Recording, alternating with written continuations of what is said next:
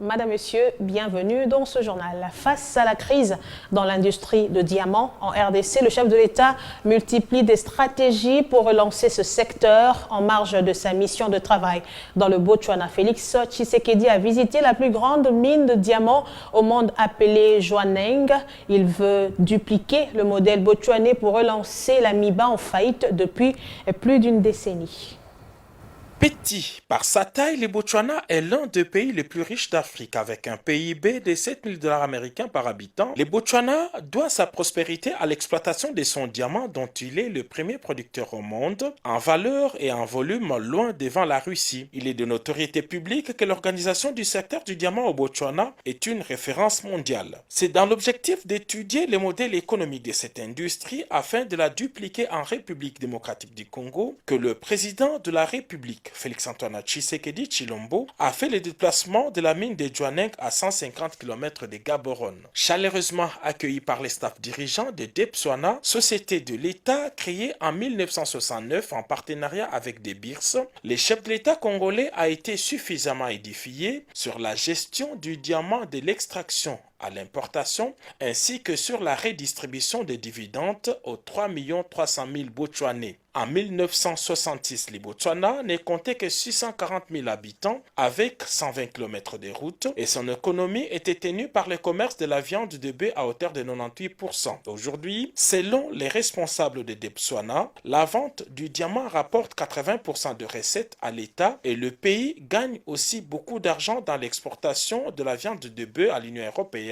Il en a d'ailleurs l'exclusivité en Afrique. Après ces échanges, place à la visite de la mine à ciel ouvert de Jwaneng, la plus grande mine de production de diamants au monde. Le chef de l'État congolais est descendu jusqu'au fond de cette carrière. À près de 500 mètres, il a obtenu toutes des explications sur la technologie utilisée et l'organisation du travail. La mine de Jwaneng est l'une des 4 mines de diamants du Botswana. Toutes sont gérées par l'entreprise étatique Debswana qui emploie 12 000 nationaux. En 53 ans d'exploitation, cette mine a sorti 59% de sa richesse en diamants. Il faudra encore un demi-siècle pour extraire les 41% du diamant enfoui dans cette mine.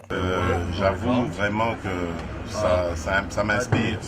Vous savez que la République démocratique du Congo est aussi un gros producteur de diamants. Le secteur est vraiment en perte de vitesse en ce moment. Mais je crois qu'après cette visite, nous avons vraiment les idées qu'il faut pour redynamiser notre secteur du diamant. Et c'est grâce à nos frères du Botswana et je tenais vraiment à les remercier pour cette visite.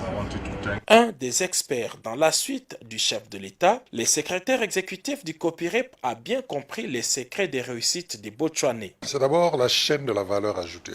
Donc vous avez des sociétés, des entreprises qui font la production de diamants, d'autres qui font des services à valeur ajoutée comme le polissage, la taille, et d'autres qui s'occupent que de la vente, n'est-ce pas? Toute cette chaîne est une inspiration pour nous. Pour nous, c'est d'abord le sérieux dans le travail. Et l'expérience botswanaise le montre. De deux, l'implication de l'État. Et chez nous, c'est une chose importante que l'État s'implique dans son industrie du diamant, non seulement en tant que maître du secteur, mais aussi en tant que propriétaire de la plus grande entreprise de diamants en RDC.